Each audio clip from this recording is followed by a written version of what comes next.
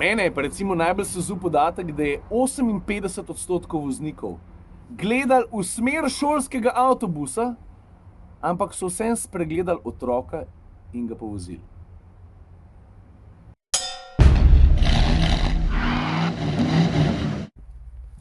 Ej, dej, če si pridi z mano, bi ti rad nekaj pokazal. Tukaj sem v Lukovci, v tej hiši, vidiš, za mano, sem gor rasel. Gremo pa sam 50 ali pa švoh 100 metrov stran, le zdaj. Vidiš, tukaj je soseden blok, gremo pa tjale gor na vrh tega hribčka. Tale vlog bo malo drugačen, evo, tukaj sem.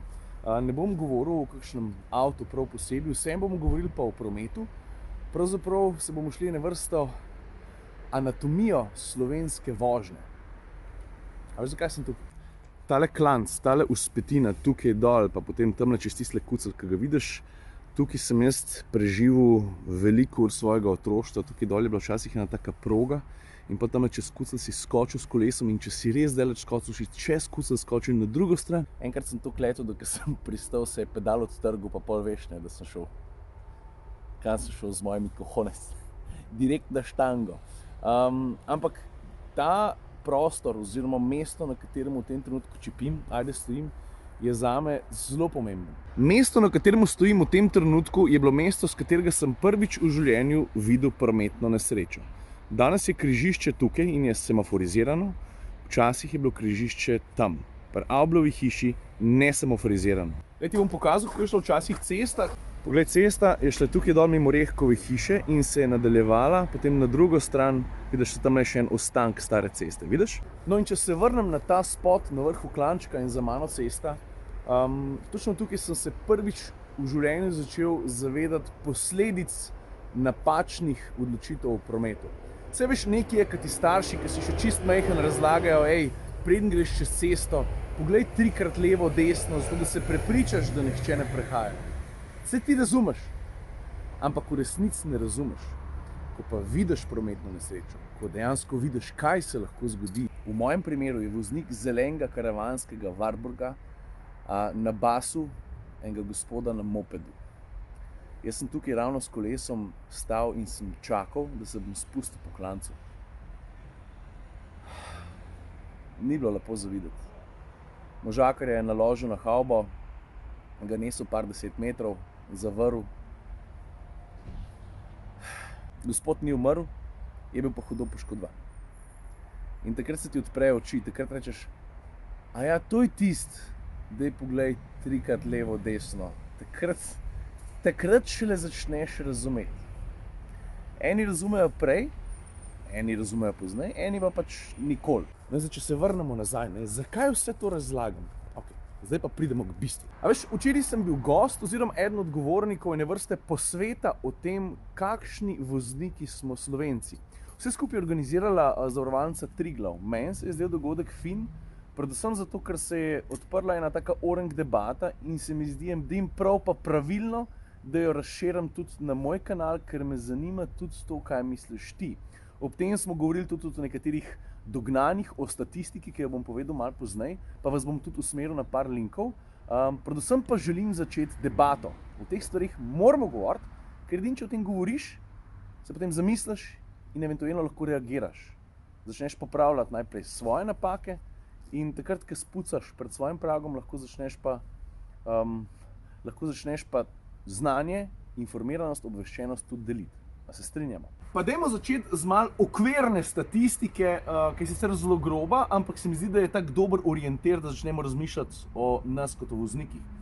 50 let nazaj, leta 1970, je na slovenskih cestah vozil približno 150 tisoč vozil in na leto smo naredili približno 750 milijonov kilometrov. Smrtnih žrtev, povezanih s prometom, je bilo pa okrog 700. Zdaj damo pa fast forward za 50 let, situacija je čisto drugačna. Vozil v Sloveniji, ki so vključena v promet, tako ali drugače, je okrog milijon.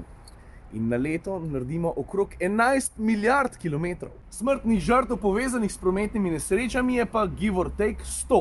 Kakšno leto več, kakšno leto manj. Zakaj je zdaj to tako? Argumentov je veliko. Avtomobili so varnejši, cestna infrastruktura je neprimerno boljša, čeprav tudi o tem bi se dali kdaj pa kdaj malo razpravljati.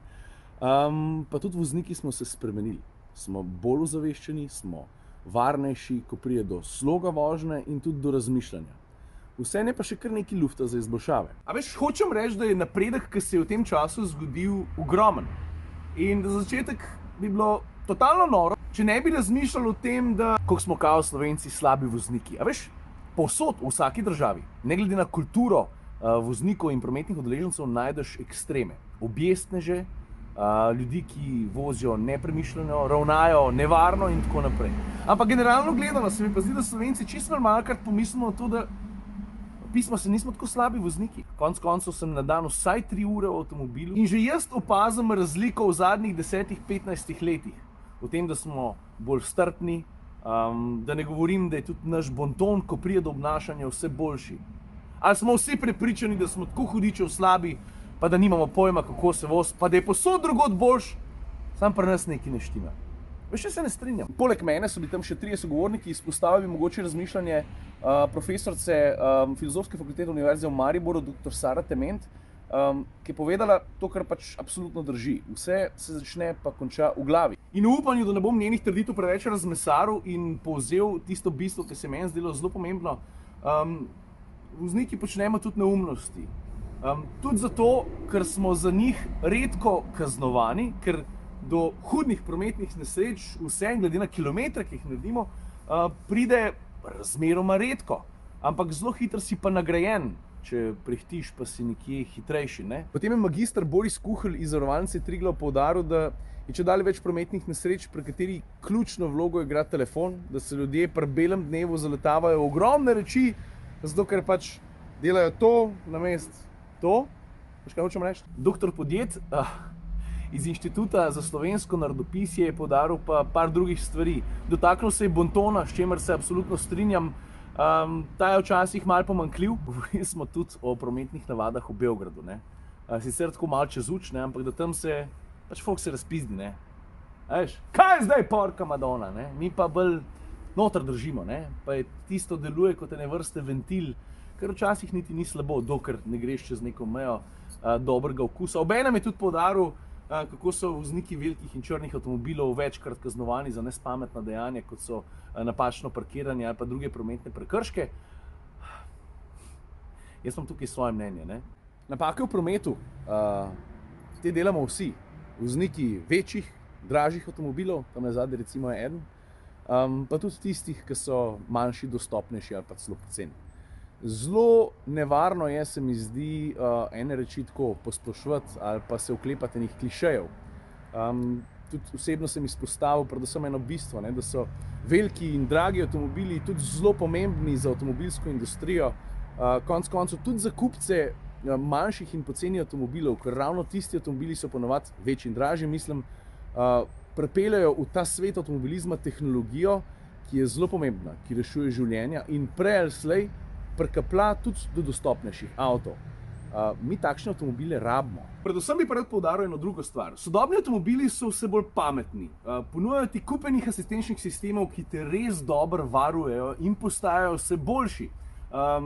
Pomagajo ti, ko zapuščaš parking plac in te opozorijo, alo, nekdo prihaja do zadnje, ne boš rikrc vanjega butnil. Pomagajo ti ostati na voznem pasu, pomagajo ti ostati zbran, opozarjajo te na nevarnosti, povejo ti, kakšna je omejitev hitrosti. Namesto tebe avto pritiska gas in zavor, ko si na avtocesti, ker ti radar in kamera pomagata v sklopu prilagodljivega oziroma aktivnega tempomata. Komad je enih stvari, ampak folk, dajmo ne pozabiti, ne? Še vedno si ti tist, oziroma je voznik tist, ki je odgovoren za komplet vse. Ko se usedeš v avto, si odgovoren ti in nihče drug. Pa je avto lahko neverjeten genij. Eni avti so res pametni, ampak to nič ne pomeni. Ti si odgovoren za svoje ravnanje na cesti. Da ne govorim o tem, da ne upoštevamo že nekih osnovnih stvari včasih, ne. Jaz recimo ne speljem, če oni zadnji niso prevezani. Ampak to je zdaj že druga tema. Zdaj bi se pa rad dotaknil še ene druge plati. Aktivnosti, ki jih Zavarovalnica Triglav v povezavi z tudi izobraževanjem ali pa obveščanjem slovenske prometne javnosti dela, kar se mi zdijo precej fine. Jaz ne vem, verjetno se spomniš, ali pa si videl, mogoče pa tudi ne, da sem jaz par mesecev nazaj opravljal ponovno vozniški izpit. In v tem trenutku bi te, če imaš pikico časa, pa res ga ne rabiš veliko, pozval, da obiščeš spletno stran vozimse.si. zato ker tam je zbranih kupenih ugotovitev povezanih z aktivnostmi, ki jih je delala Zavarovalnica Triglav. Ena izmed teh je bila tudi ponovno upravljanje izpitne vožnje, katere del sem bil. Tukaj bi rad poudaril, kaj je to meni dalo, ker mi je dalo zelo veliko. Veš, vozniki smo, zelo pogosto se zgodi, da pač voziš, ampak nisi najbolj priseben, zato ker voziš po nekem avtomatizmu, ker veš, kje se pelješ, ker si z glavo mrskje drugje in točno to je mene zahaklalo. Jaz sem padel po 10 minutah izpitne vožnje, zato ker sem peljal po ulici, po kateri sem peljal že neštetokrat in sem prepričan, da je bila tam pač omejitev 40. Pa ni bila 40, ampak je bila 30 in sem dvakrat prekoračil hitrost. Hočem reči to, da je bistveno, da smo vozniki in prometni udeleženci prisebni, da smo z glavo pri tem, kar počnemo. To se nanaša na tisto, da si ti odgovoren za to, če narediš kaj neumnega ali pa če narediš kaj dobrega. No in na tem vozimvse.si boš najdel kup enih strnjenih ugotovitev, a veš, vse na kup zbran, da ne rabiš iti na 7 različnih koncev, ki so povezane s temi preventivnimi akcijami. Od tega, kaj in kako se je dogajalo, ko smo ponovno opravljali vozniški izpit, kandidatov je bilo ogromno, do turneje mobilnosti, ki je bila povezana z vožnjo v simulatorju Drive. Mimogrede, ta turneja mobilnosti je šla skozi številna slovenska mesta. Tudi tam smo prišli, oziroma je Triglav prišel do zelo zanimivih ugotovitev. Recimo, 58% voznikov recimo opazili nevarnost, pa ni reagirali. What the fuck? Pa 80% voznikov ni upoštevali varnostne razdalje. Pa 35% jih ni vedeli, kako pravilno držati roke na volanu. Mene je pa recimo najbolj sezul podatek, da je 58% voznikov gledali v smer šolskega avtobusa, ampak so vsem spregledali otroka in ga povozili. Lufta je še kar nekaj, pri vseh nas, ne glede na to, koliko si izkušen, koliko avto si že vozil in koliko kilometrov je za tabo. To drži. Tako se mi zdi, da sem povedal, kar sem želel povedati. Upam, da bom s tem sprožil ene vrsto razpravo, ker je to zelo koristno. Rad bi poudaril pa samo še 2 stvari za konec. Dajmo biti prisebni za volanom, razmišljamo tudi o čisto osnovnih stvareh, recimo o teh, da bog ne daj za volan, če si vinjen. Pa pazite prosim lepo na vašo hitrost, pa dajte se prerezati, ne samo spredja, prav, tudi zadnji. Pa še nekaj, ta akcija, veš, ko smo ponovno opravljali vozniški izpit, jaz pa Saša, kot brat atmosferca, je bila zelo, zelo odmevna. In kmalu se boš lahko tudi ti prijavil na to, da boš opravljal vozniški izpit ponovno. Mislim, da je odprtih, če se ne motim, 190 mest. Če se ne motim, se bo vse skupaj odvijalo spomladi, lahko se prijaviš na portalu, ki sem ga zdaj pa že 3-krat omenil, na vozimvse.si. In to je to. Bodimo strpni na cesti, zato ker se nam to dejansko splača, ker smo zaradi tega ne samo boljši vozniki, ampak tudi boljši ljudje. Pa dajmo voziti čim bolj varno. Prav. Pa še nekaj, bodimo strpni. Zaradi srčka, ker ni mrd, da se preveč razburjamo, pa zato, ker na cesti lahko tudi zelo fajn. A ne? To je to. Ajde.